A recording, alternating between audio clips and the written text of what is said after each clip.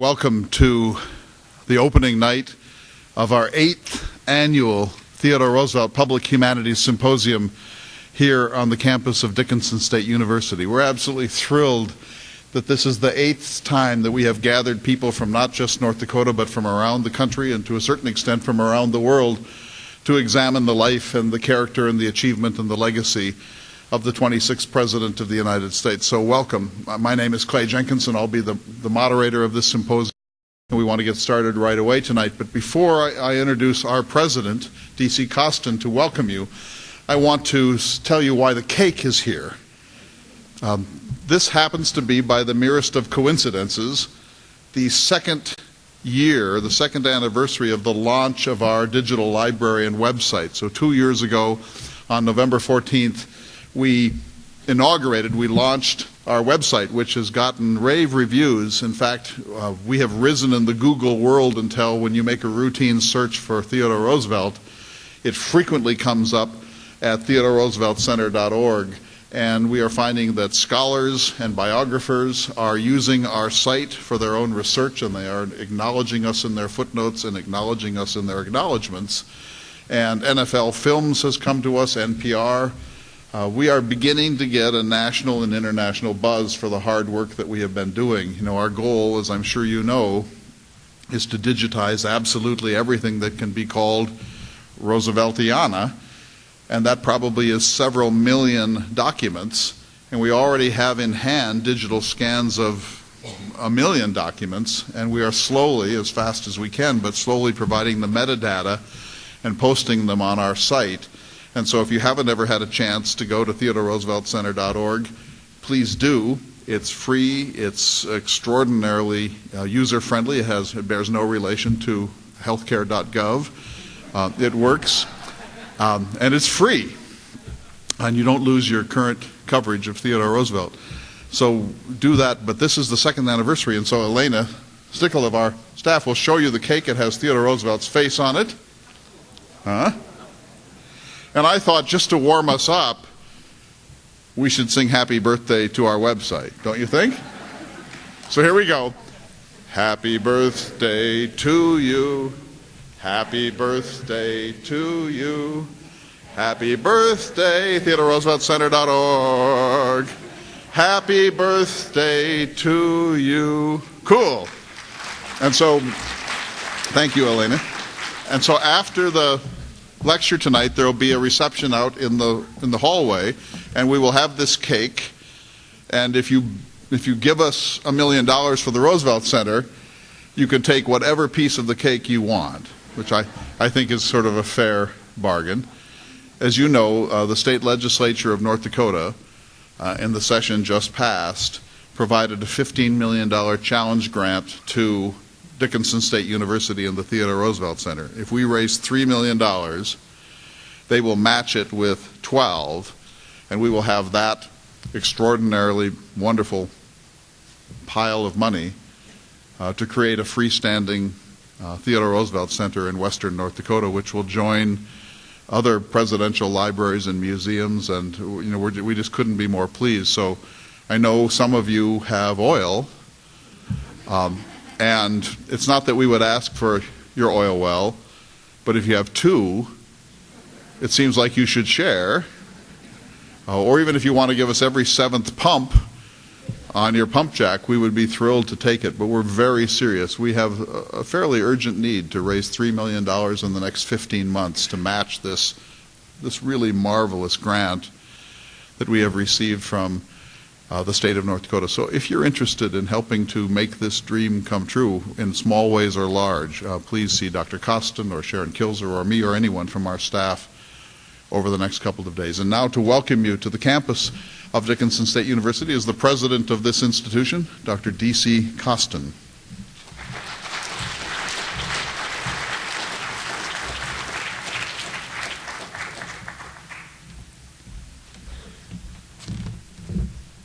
Thank you, Clay. I think we're through with singing for this evening.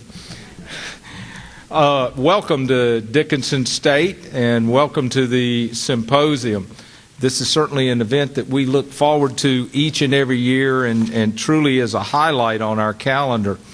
One of the things I especially enjoy, and I came in yesterday as the auditorium was being prepared, is the wonderful metaphor that you have in front of you that essentially talks about the Theodore Roosevelt of North Dakota in the 1880s and the transformative experience that occurred for him in the North Dakota Badlands over several years. And then to your right, the Theodore Roosevelt that we all know and all those wonderful things that he accomplished through the rest of his life.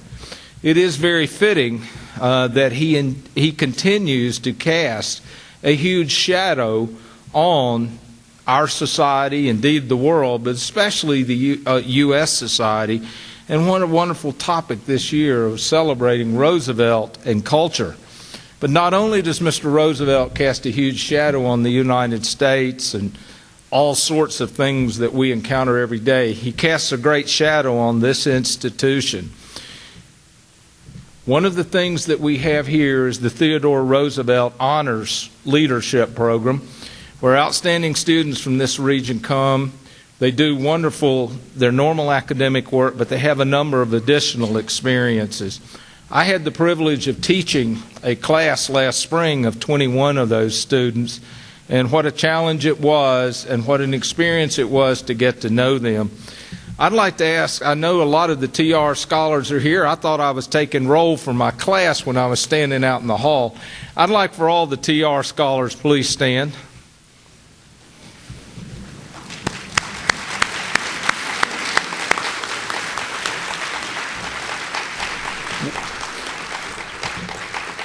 To give you a sense, this group is challenged. They challenge themselves. They hold themselves to high standards.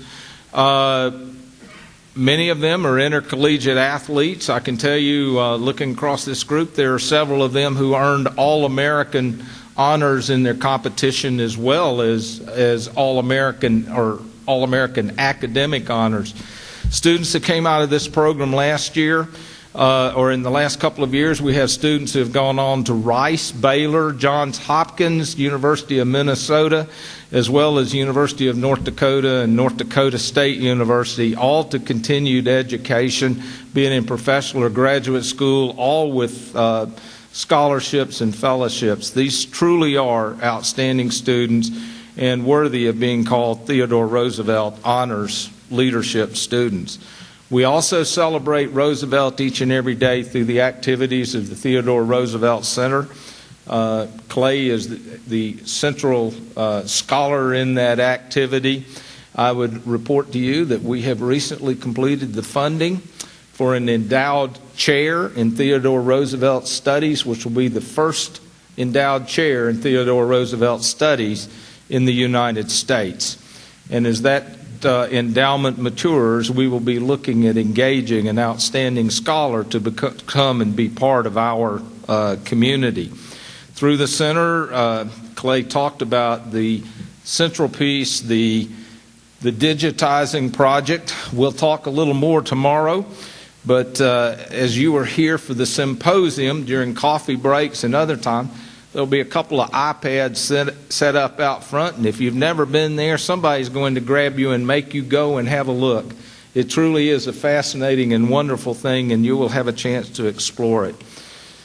The other piece is what Clay announced to you, and that is that grand challenge that the Legislative Assembly of North Dakota gave us this year.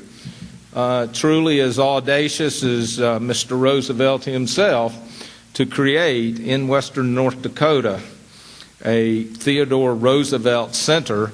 And actually in the language of the bills, there were actually 3 pieces of legislation. Mr. Roosevelt would probably have loved the intricacies of the legislative process that got there. But in that, they even dare to use the term presidential library. That is an audacious thing, is a challenging thing for us. We will be talking some more during the symposium about it. We're nearing the point of selecting a major national firm to help us in the master planning what will be included, locations, etc., etc. It truly is a wonderful opportunity for Dickinson State, for this region, and for all of you. indeed, welcome to all of you. It was fun seeing folks certainly from this region, but also reuniting with a number of folks. I lived for 6 years on the eastern side of North Dakota, and it's great to see a number of wonderful friends from eastern North Dakota who have come out here. Welcome to each and every one of you, as well as all of you who have traveled from throughout the U.S. You're in for a great time, and Clay, let's move forward. Thank you.